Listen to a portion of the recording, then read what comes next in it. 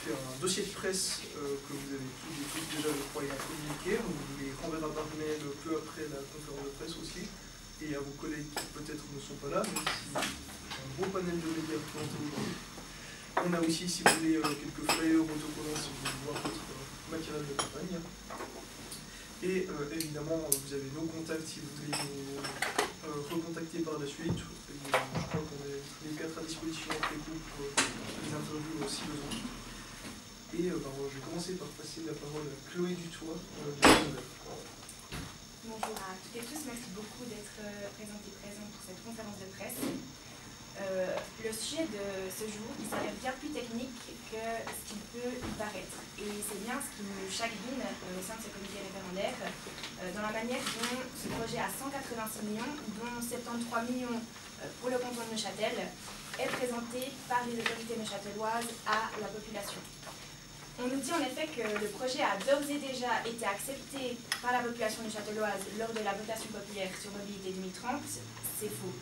On nous dit que cette construction permettra de réduire le trafic. C'est également faux. On nous dit que la H18 est la solution pour permettre au centre-ville de la Chaux-de-Fonds d'être un centre-ville où il fait bon vivre. C'est faux. Concernant Mobilité 2030, le projet a effectivement été plébiscité par les citoyennes et les citoyens du canton en 2016. Néanmoins, contrairement à ce que le Conseil d'État nous dit, la H18 n'était à l'époque qu'une bribe de ce projet-là. Il en témoigne la brochure Vote Info de l'époque, où le mot H18 n'apparaissait qu'une seule et unique fois. Il en est de même de l'extrait du rapport du Conseil d'État de l'époque qui indiquait concernant la H18 qu'elle est un projet en cours d'étude visant à créer une nouvelle infrastructure en partie souterraine permettant de relier le bas du Raymond et les rues Fritz-Courvoisier Collège pour extraire le trafic de la rue de l'Hôtel de Ville. Des travaux potentiels financés partiellement par la Confédération pour environ 90 millions de francs. Le solde, soit 60 millions de francs, serait à la charge du canton. Ce sont là les mots du Conseil d'État à l'époque de la votation Mobilité 2030. C'est donc 36 millions de moins à l'époque et un tracé tout à fait différent. En effet, le projet initial de 2009 prévoyait que le tunnel de contournement débute au giratoire du bas du Raymond. Ce n'est plus le cas actuellement, dans la mesure où ce tunnel a été raccourci à 2 reprises. Actuellement, il est prévu au bout d'une tranchée à ciel ouvert de 400 mètres à travers le joli vallon des Petites Creusettes qui se trouve juste à droite après le deuxième tunnel ferroviaire. Il en résulte donc un contournement bancal qui commence et qui finit en ville. Cette amputation est là pour conséquence de détruire la beauté paysagère ainsi que les terres agricoles et de créer un goulet d'étranglement, ingérable à l'endroit même où nous échangeons aujourd'hui. Effectivement, vous l'auriez sûrement constaté avec les banderoles qui ont été apposées sur le long de la route, qui représentent en fait la dimension de la H18. La route passerait sur la terrasse de l'établissement public dans lequel nous nous trouvons aujourd'hui, une très belle table chaudefonnière qui verrait finalement à côté de sa terrasse passer des dizaines de milliers de véhicules par jour, et ce de manière croissante, dans la mesure où le contournement H18 ne permet aucunement de réduire le trafic routier ici même. Il est ainsi faux de dire que la population a d'ores et déjà accepté le projet tel qu'il sera soumis en votation le 28 novembre prochain. Cela s'est d'ailleurs ressenti lors de notre récolte de signatures pour le référendum, dans la mesure où tant dans le haut que dans le bas, la population ne semblait pas au courant des enjeux réels de cette votation, et notamment des énormes augmentations de trafic dans certaines rues de la Chaux-de-Fonds.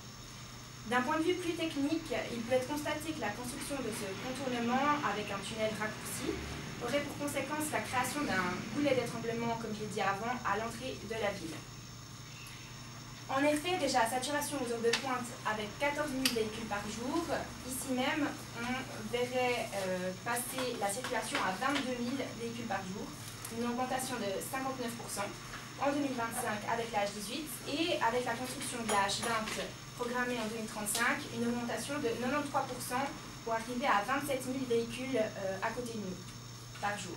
Et cela est sans compter les 300 employés du futur centre du Théos qui sera construit dans la zone industrielle à la gauche du tunnel ferroviaire. À noter que ce tronçon resterait comme à présent en bidirectionnel, mais qu'il serait pourvu de 2 passages piétons, d'un arrêt de bus avec île centrale et de 2 feux rouges. Un feu rouge pour le passage piéton accompagnant l'arrêt de bus et un feu rouge pour permettre aux habitants du quartier de Lorée-du-Bois de sortir. On voit ça dans la figure 3 du dossier de presse. Ce qui signifie que le flux de 22 véhicules par jour serait coupé chaque fois qu'un piéton traverse la chaussée, qu'un bus s'arrête à la station et que des véhicules sortent du quartier de Lorée-du-Bois. C'est donc en réalité plus adapté d'appeler ce contournement H18 un goulet H18. On arrive donc à 186 millions pour déplacer des bouchons, on aura vu mieux. 186 millions pour créer un goulet d'étranglement, c'est également un non-sens. Tout ce qu'on peut constater, selon nous, ce sont des carences importantes dans ce projet, également dans les informations qui ont été données au public. Et puis, finalement, cette promesse d'un contournement qui souhaite avoir un centre-ville désengorgé où il fait bon vivre est également non tenue, selon nous. Les diminutions de trafic, on vous l'expliquera par la suite, ne concernent effectivement que de petites rues de l'hypercentre. C'est ainsi 186 millions qui sont engagés pour un projet qui ne servira qu'à déplacer le trafic et non pas à le réduire, un projet inefficace à résoudre une thématique cruciale au XXIe siècle. Enfin, si les Jeunes Verts font partie de la coalition d'organisation et de partis qui s'opposent à l'âge 18, c'est bien surtout en raison de son impact catastrophique sur l'environnement et du non-sens que représente la construction d'une nouvelle route de cette envergure au XXIe siècle. En tant que défenseuses et défenseurs des générations futures, en pleine crise climatique et écologique, nous ne pouvons laisser passer un tel projet qui favorise l'augmentation du trafic motorisé individuel et l'utilisation de véhicules thermiques plutôt que d'encourager au transfert modal de nos sociétés, comme M. Romain Roustan, à ma gauche, représentant de Greenpeace, va vous l'expliquer. Merci. Merci Chloé. Oui, en effet, on a une vue d'ensemble ici de ce projet. Pour nous, chez Greenpeace, il nous paraît absolument essentiel qu'il y ait un débat sur ce sujet dans le canton. Et il faut que les habitantes et habitants soient informés sur le sujet. Il faut que les personnes, les habitantes et habitants qui sont impactés directement par les fortes augmentations de trafic à la chaux de fond soient informés, et aussi qu'on ait un regard via de la crise climatique actuelle pour ce sujet-là. On estime que la population doit pouvoir donner son avis sur cette thématique et des conséquences de ce projet.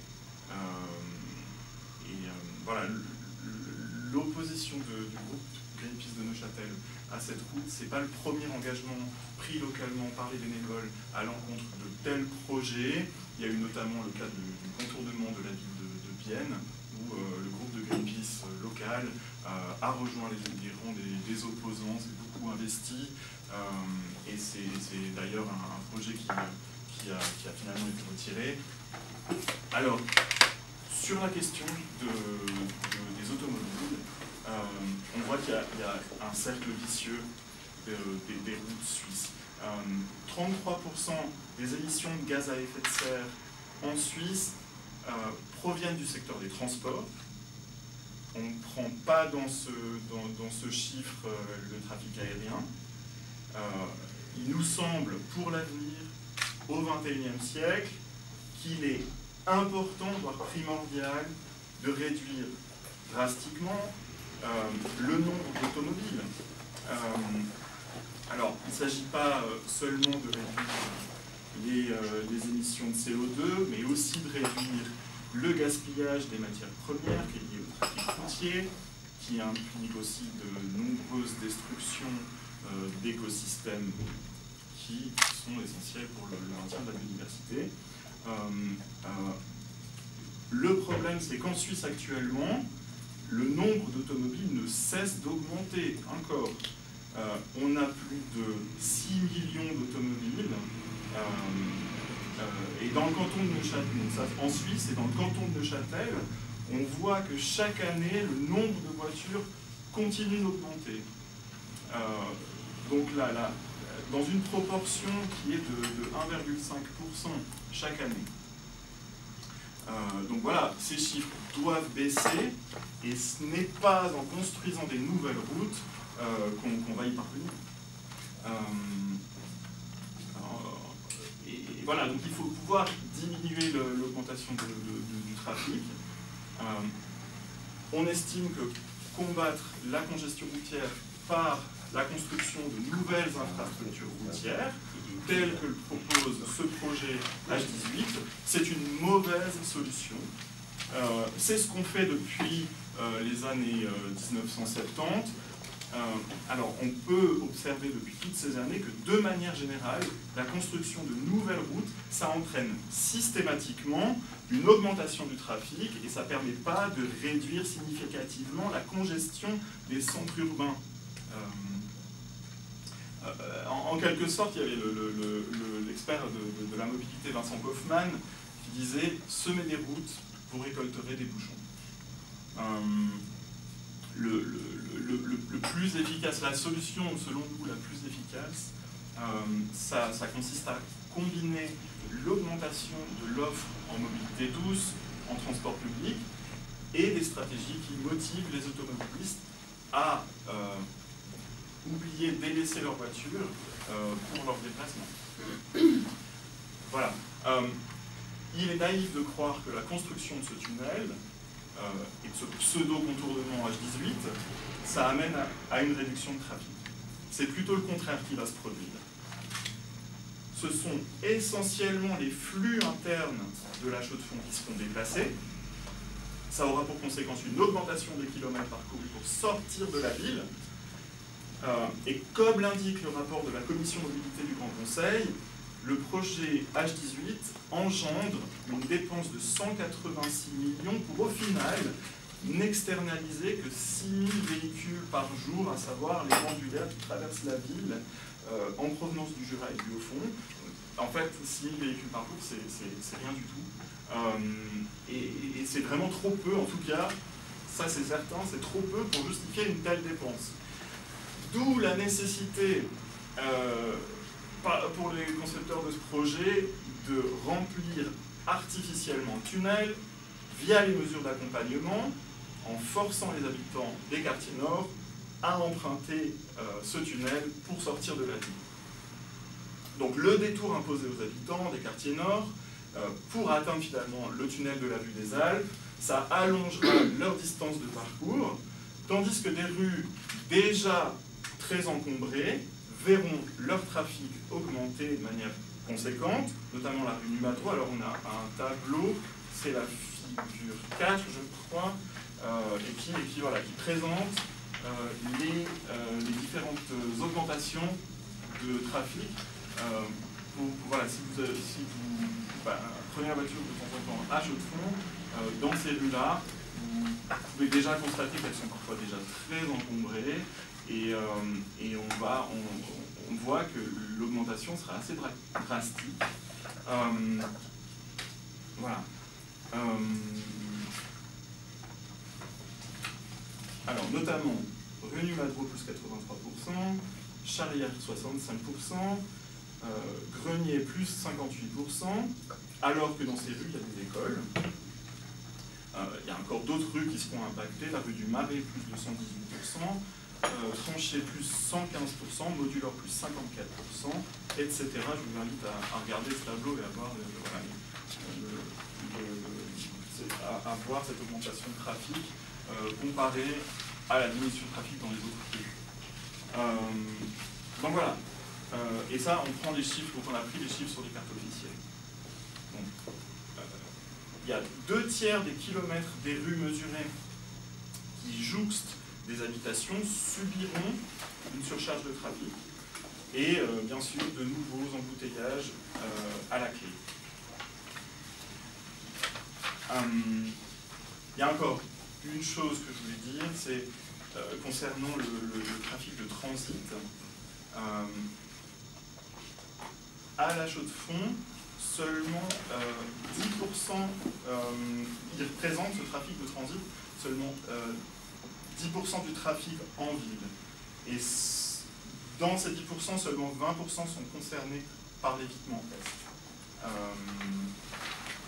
Je rajoute aussi une chose, c'est que les chaux-de-fonniers ne sont que 8% à utiliser les transports publics, ce qu'on peut comparer aux habitants de la ville de Neuchâtel, qui sont 24%. Voilà, et puis pour terminer, je dirais que ce raccourcissement du tunnel par rapport au projet initial, ça génère ici une tranchée à ciel ouvert d'environ 400 mètres de longueur et 10 mètres de profondeur à travers cette partie des petites creusettes. Alors ça va sacrifier l'harmonie morphologique particulière du lieu et les terres agricoles.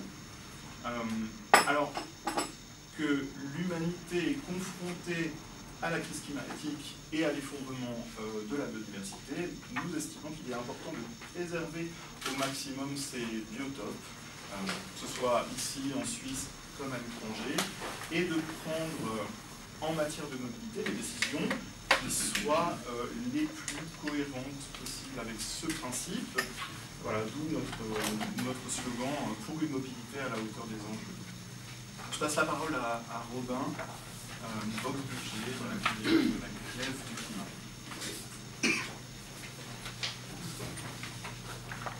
Donc, comme l'ont dit mes camarades, ce projet est inefficace, mal conçu, mal pensé depuis le début. Mais si la grève du climat que je représente aujourd'hui s'oppose au crédit H18, c'est avant tout à cause du coût écologique de cette nouvelle route. La biodiversité et la biomasse s'effondrent. Le GIEC prédit un réchauffement global d'1,5 degré par rapport à l'ère industrielle pour 2030, soit dans 9 ans, si rien n'est fait. L'imperméabilisation des sols et la destruction de terres agricoles progressent en Suisse et ailleurs. On ne peut pas, on ne peut plus se permettre d'imperméabiliser des terres agricoles aux petites creusettes, alors que de plus en plus d'inondations touchent notre région. On ne peut plus se permettre de construire une nouvelle infrastructure routière qui va augmenter le trafic et la pollution. Et on ne peut plus se permettre de couler des milliers de mètres cubes de béton armé, ce béton que le Guardian qualifiait de matériau le plus destructeur du monde, ce béton responsable de la destruction de collines dans le canton de Vaud, comme de pollution de l'air au Nigeria, et de multiples maladies pour les populations locales.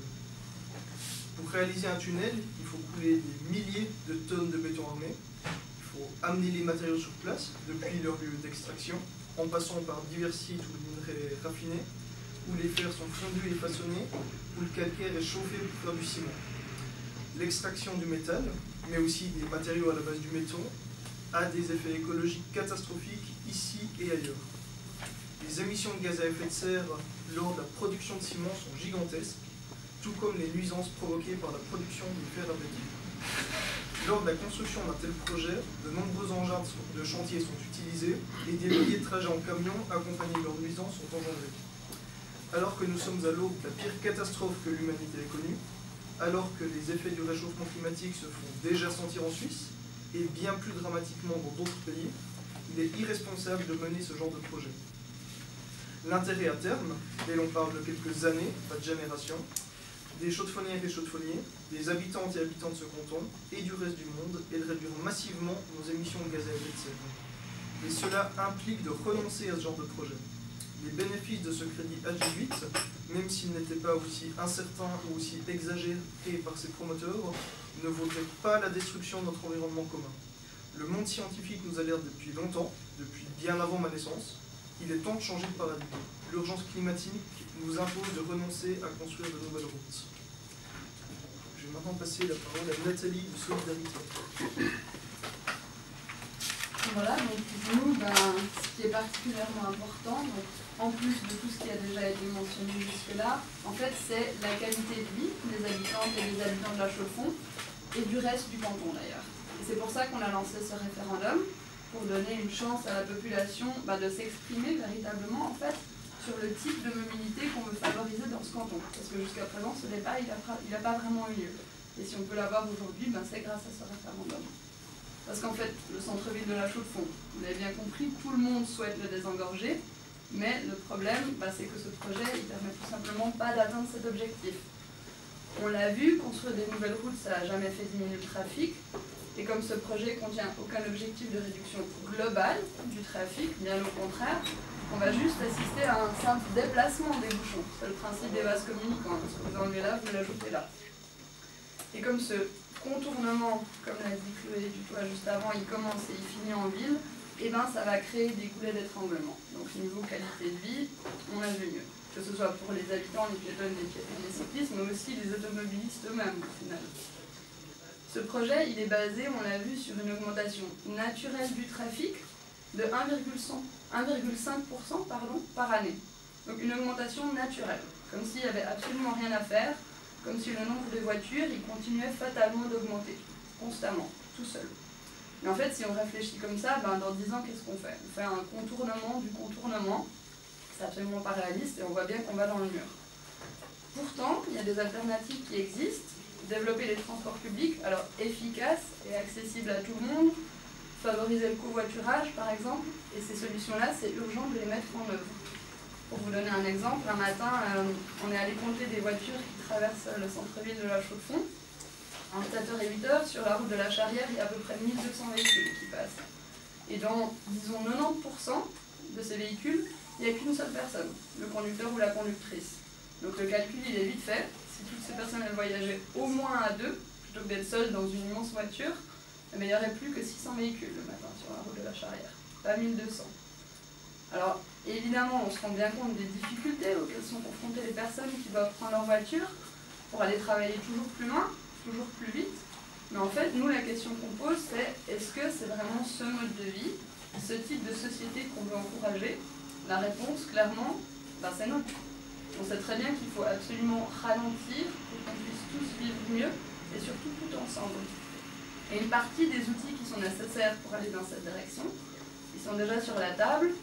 En parallèle du référendum, vous savez sûrement qu'on a déposé une motion populaire qui demande à ce que la part cantonale du crédit, donc les 73 millions du crédit H18, elle soit allouée au développement des transports publics plutôt que de la route, pour désencombrer le centre-ville de La Chaux-de-Fonds, mais tout en respectant l'environnement et les habitants de la ville. Il y a aussi une initiative cantonale pour la gratuité des transports publics, qui doit prochainement être soumise à la population. Au final, pour résumer, je dirais que la question c'est comment est-ce qu'on veut utiliser cet argent, puisque de toute évidence, il est à disposition. Est-ce qu'on veut construire un tunnel qui crée plus de problèmes qu'il en résout, ou est-ce qu'on veut en fait financer des projets qui permettent d'améliorer la qualité de vie de toutes les habitantes et de tous les habitants du canton? Le choix, il est vite fait. Pour nous, il faut refuser ce crédit H18. Voilà. On a fini avec nos interventions. Si vous avez des questions, nous les verrons à disposition. Mais je me trompe au Grand Conseil du canton où il a été question justement de prendre cette manne cantonale pour la mettre ailleurs. Il me semble que Favre disait qu'on ne peut pas juste prendre cet argent et le mettre dans les mesures que vous voulez. Alors, effectivement, on ne peut pas prendre directement cet argent pour le mettre dans les mesures. Par contre, ce qu'on peut faire, c'est supprimer une ligne de 73 millions au budget et ajouter une autre ligne sous un montant de 73 millions au budget. C'est tout à fait possible et le Grand Conseil fait ce qu'il veut avec l'argent du contribuable dans la mesure où il respecte la loi. Et donc, effectivement, c'est un argument extrêmement technique, mais il suffit juste de faire une nouvelle ligne sous un autre nom pour pouvoir réallouer cet argent. Il n'est pas figé pour la route, cet argent. Contrairement, par exemple, à la part fédérale qui est pour les routes. Madame Dutoit, vous représentez individuellement ici, et vous représentez aussi la ligne du parti. Alors je représente les jeunes verts ici. La ligne du parti des jeunes verts. Des jeunes verts, de la section des jeunes verts. Et les verts? Je ne représente pas les verts ici. Mais les verts laissent la liberté de choix à l'ensemble de leurs membres. Dans le sens où il y a finalement plusieurs visions dans le parti, et puis chacune de ces visions est respectée, mais je vous invite à contacter Christina Manchop en cas de question.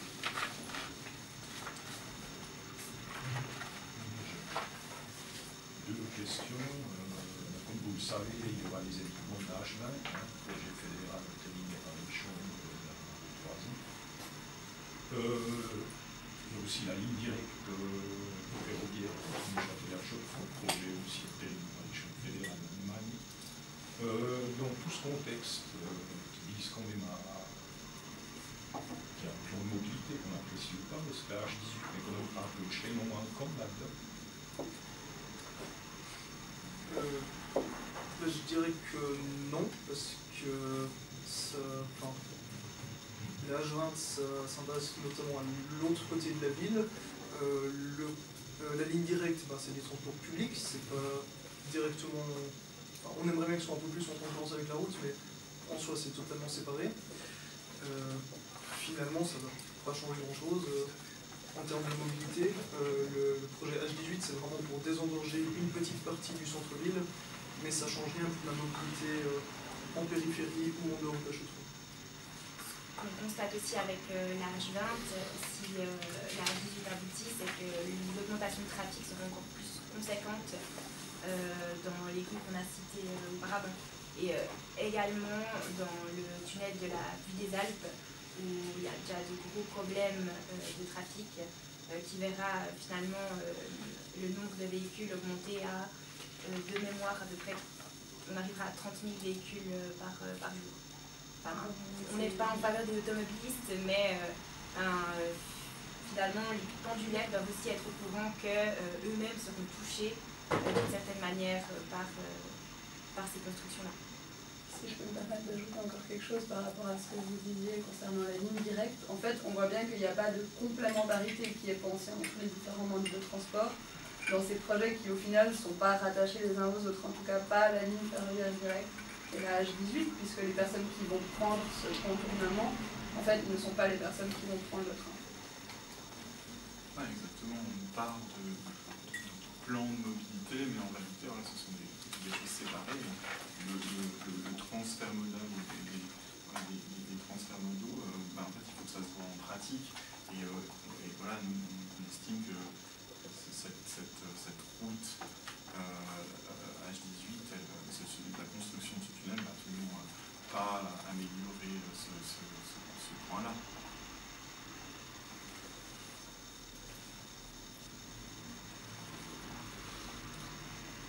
Vous affirmez comme ça que les personnes qui vont prendre le contournement, c'est une question de compréhension, les personnes qui vont prendre ce contournement ne sont pas celles qui vont prendre le train.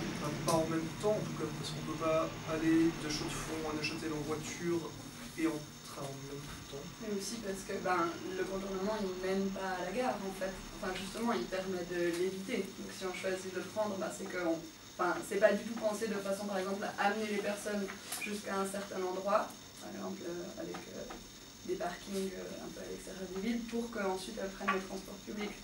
Là, il s'agit vraiment de leur permettre de continuer à prendre la voiture pour se déplacer, en fait. Donc, c'est deux modes de transport qui sont présentés en concurrence ou en alternative, mais pas en complémentarité. Il y a quand même une logique où il y aura moins de voitures, enfin des gens vont peut-être renoncer à leur voiture avec la ligne directe, ils vont descendre. Alors ça, on l'espère, mais du coup, c'est indépendant de la route de contournement à la H18.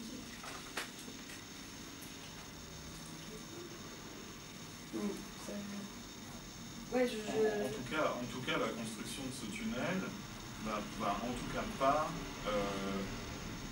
améliorer la situation. Voilà. C'est assez différent de la question de cette ligne directe. Oui, la construction de cette nouvelle route, elle vise absolument pas à inciter les gens à emprunter les transports publics. Par essence, en fait, puisque c'est une route.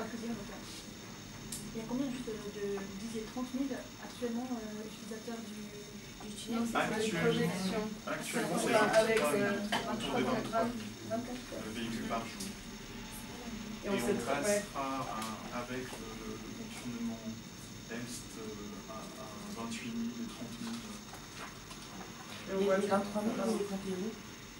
On ne les a pas comptés, ça c'est des chiffres. Ouais, non, mais vous les trouvez où? Enfin, je pense bien que ça doit être compté chaque voiture.